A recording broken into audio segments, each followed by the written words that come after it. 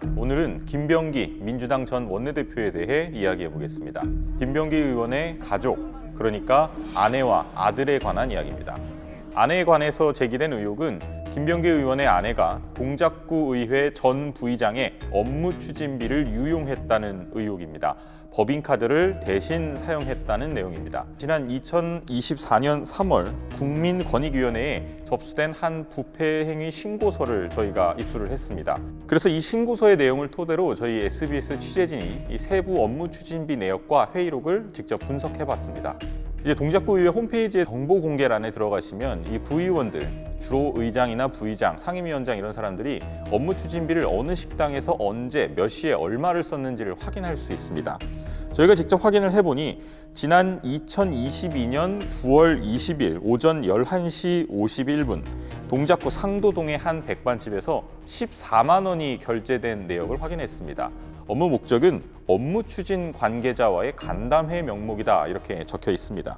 그러니까 점심을 먹은 건데 이 시각, 그러니까 오전 11시 51분에 이 조진희 의원이 무엇을 하고 있었나 저희가 찾아보니까 조진희 의원은 동작구의회 행정재무위원회에 참석 중이었던 걸로 보이는데 당시 이 상임위원회 회의록을 보면 전반에 걸쳐서 조진희 의원의 발언이 지속적으로 등장합니다. 특히 백반집 결제가 이루어졌던 9월 20일 오전 10시 1분에 개회하고 회의 초반 조 의원의 발언이 계속 나오다가 10시 50분에 회의가 한 번 중지되고 11시 11분에 속개됩니다. 이 과정에서도 조진희 의원의 발언은 계속적으로 나옵니다.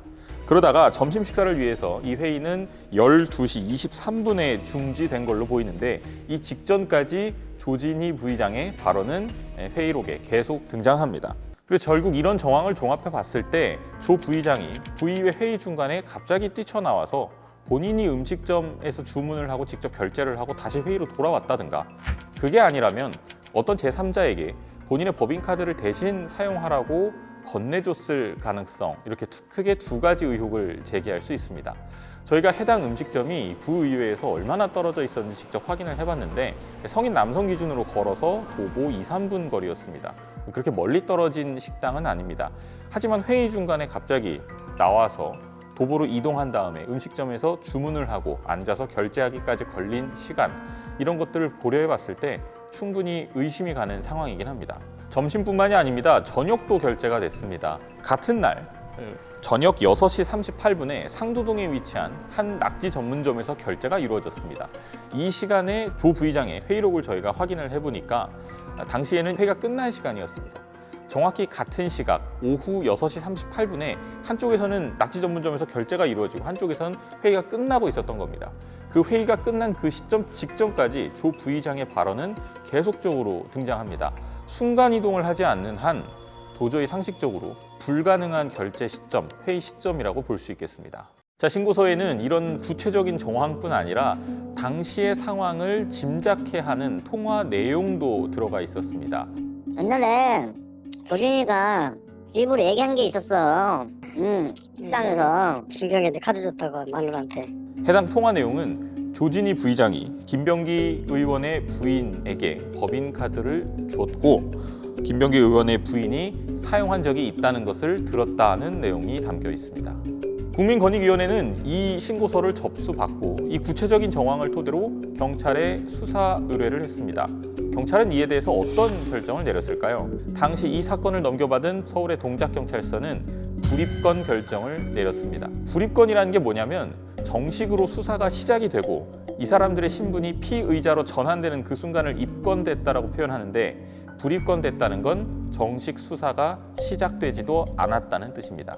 이에 대해서 저희가 김병기 의원 측의 입장을 물었으나 답변이 오지 않았고 조진희 부의장 역시 저희 취재진의 거듭되는 반론 요청에도 응하지 않았습니다. 자, 이번엔 아들 이야기도 해보겠습니다. 지난 2022년 12월에 제2경인고속도로 가현 고가교에서 난 화재를 아마 기억하실 겁니다. 이 46명의 사상자가 발생한 것과 더불어 당시 500m 정도 되는 방음터널 전체가 불에 탔습니다. 이 터널을 복구하면서 그 터널 내부의 어떤 통신 시스템 같은 것들을 재구축하는 사업이 지난 24년 5월에 공고가 됐습니다. 이게 20억 정도 규모가 되는 사업입니다. 그런데 이 사업을 따낸 한 A사라는 업체가 있습니다. 이 A사는 김병기 의원의 둘째 아들 차남이 2022년 5월 입사해서 3년 동안 근무한 업체입니다. 그럼 그게 김병기 의원 아들이랑 무슨 상관이냐? 이거는 김병기 의원 차남의 숭실대학교 편입학 문제와 연결됩니다. 김병기 의원은 당시 자신의 차남을 숭실대학교에 편입학시키기로 했습니다. 그러면서 숭실대학교의 한 계약학과라는 곳을 알아봅니다. 수능이나 다른 시험을 보고 들어가는 것과 다르게 계약학과의 입학 전형은 회사를 다니는 사람들을 대상으로 입학을 받는 곳이었습니다. 그래서 김병기 의원이 당시 본인의 차남을 숭실대학교의 계약학과에 보내기 위해서 그 준비 단계로서 A사라는 이 회사에 먼저 취업을 청탁했고 부탁했다라는 의혹이 당시 김병기 의원의 전직 보좌진들로부터 제기가 된 상태입니다. 자, 문제는 무엇이냐?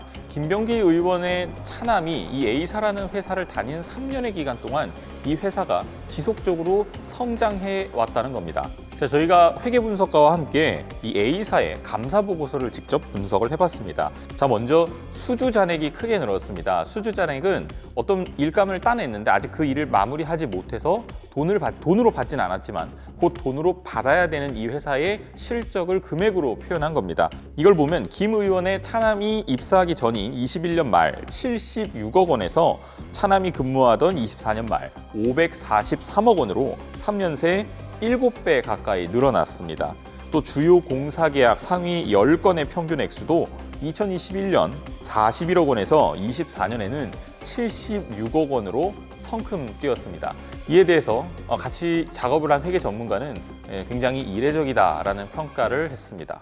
자, 이렇게 A사가 이 가련 고가교 사업을 시작으로 해서 각종 교통 시스템 구축 사업을 도맡아서 수주를 했다라는 것이 일부 관계자들 사이에서 의혹이 또 제기가 된 상태입니다.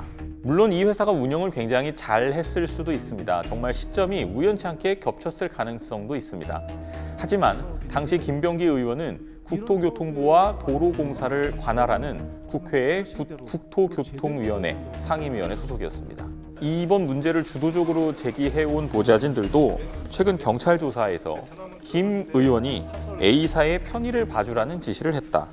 A사가 도로공사 사업에 지원할 수 있도록 알아보라라는 지시를 했다고 진술했습니다. 이에 대해서 해당 민영고속도로를 운영하던 운영사는 적법한 심사였다라고 주장했고 또 당시 이 A사는 취재진의 질문에 응하지 않았습니다. 지금 김병기 의원 본인과 그 가족들, 아내와 차남 등 가족들에 대해서 굉장히 많은 의혹들이 제기가 된 상태입니다. 가장 본질적으로 김경 서울시 의원이 강선우 의원에게 공천 헌금으로 보이는 1억 원을 갖다 줬을 때 당시 본인이 서울시당 공관위 간사직을 맡고 있었음에도 이를 알고 있었음에도 묵인했다는 정황, 이런 다양한 의혹들이 제기가 되고 있습니다. 계속 바뀌고는 있습니다만 김병기 의혹과 관련해서 제기가 된 의혹만 10가지가 넘는 상황입니다. 김병기 의원은 이런 자신에 대해서 제기되는 모든 의혹들에 대해서 사실 무근이다라는 입장을 유지해 오고 있습니다. 그리고 그 과정에서 본인의 원내대표직도 내려놨고 강선우 의원은 결국 민주당에서 스스로 탈당했습니다. 이런 일들이 계속 이어지는 가운데 경찰 수사도 본격적으로 이루어지고 있습니다. 빨리 모든 사건들의 진실이 명확하게 수사를 통해서 규명되기를 바랍니다.